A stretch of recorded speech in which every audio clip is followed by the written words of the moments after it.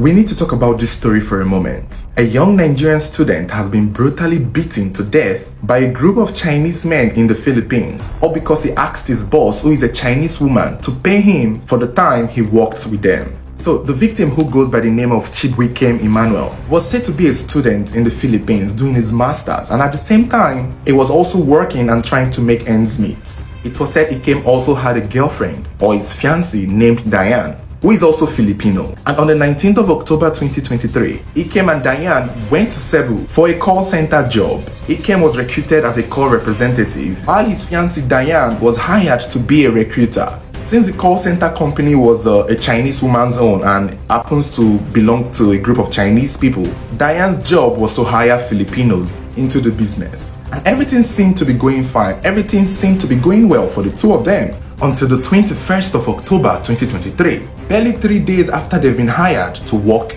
in this call center. That was when the trouble began. According to a Nigerian student who also worked in the call center and other Nigerian witnesses, it was said that their employer, that is their boss, learned that Ikem and Diane were involved, learned that they were dating, and reminded them that there was a strong policy against office romance, that their relationship is not exactly welcomed in the call center business. More like it was against work policy for two people to be involved. And it was suggested to them that one of them would have to quit so the other one can stay. But that arrangement would not work for Ikem and Diane because they really wanted to be together. They really wanted to work together in the same work environment. And so when that suggestion was presented to them that one of them had to leave for the other one to stay, Ikem said that they both would go, that they don't have to stay. Rather than one of them to leave, they both would quit and stop working. But that did not sit well with their boss. I don't know, it's almost as if the boss did not like the idea that the two of them would have to go.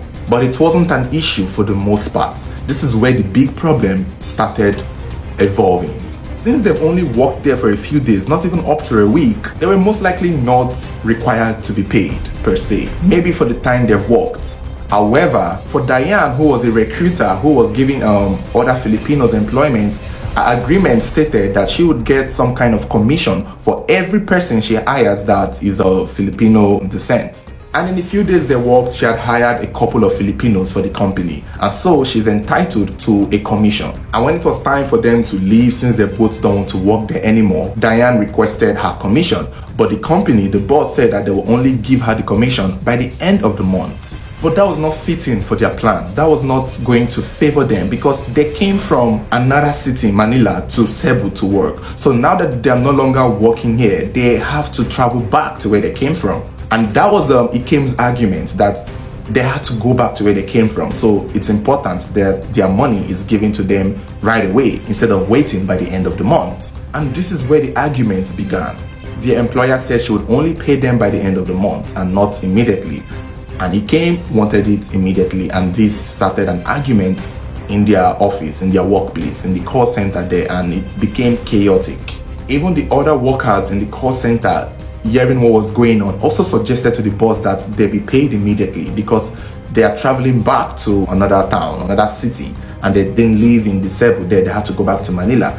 And they suggested that it was only normal for the boss to pay them right away. How hard can it be? Why does the boss have to wait a whole month to pay them? And while this argument was going on, the boss immediately called a group of Chinese men. And those group of men came to the company, came into the office, and everyone thought those men were policemen. They thought they were some kind of security agents, not knowing that the group of men that their employer had called were thugs. And not to disrupt the workflow that was going on that day, this group of men took Ikem and Diane out of the building to the backyard to have a discussion with them. It seemed to the other workers that the group of men were coming to, find a way to settle this dispute and come to a conclusion and an agreement. That was what it looked like when they took Diane and Ikem out of the call center building to the backyard. So everyone continued working, everyone continued their business, thinking the issues were being settled. Only for a few minutes later, Diane runs into the company and began screaming and shouting for help. When everyone, including the Nigerians who worked there, went outside to see what she was shouting about, they did not see Ikem again. Ikem was gone. Ikem had been taken by this group of men. And so the Nigerians went back into the office to confront the boss, their madam, that called this group of men and asked where did they take Ikem to? Where was Ikem? And that was when the boss replied to them that they are taking Ikem to a police station, that he has been taken to the police station, and that is where they want to settle the issue. As they were talking, a group of other people in the neighborhood, people who walked around the call center, hearing the chaos and the fight and the quarrel, called police. And when the police came, they explained the issue to them. And so the police took Diane with them to the police station that they believed Ikem had been taken to. So they were hoping that when they get to the police station, they will see Ikem there and, continue settling the case. But the problem is, when they got to the police station, Ikem wasn't there. Ikem was not taken to the police station. And that was when they discovered that the group of people who had come, the group of Chinese men that had been called by the boss, were not security agents, were not policemen, they were not affiliated with any agency at all, that they were most likely thugs. And it did not even take long. As they were talking, a car stopped by the police station and dropped Ikem by the door. At the time Ikem was dropped at the police station, he was badly beaten.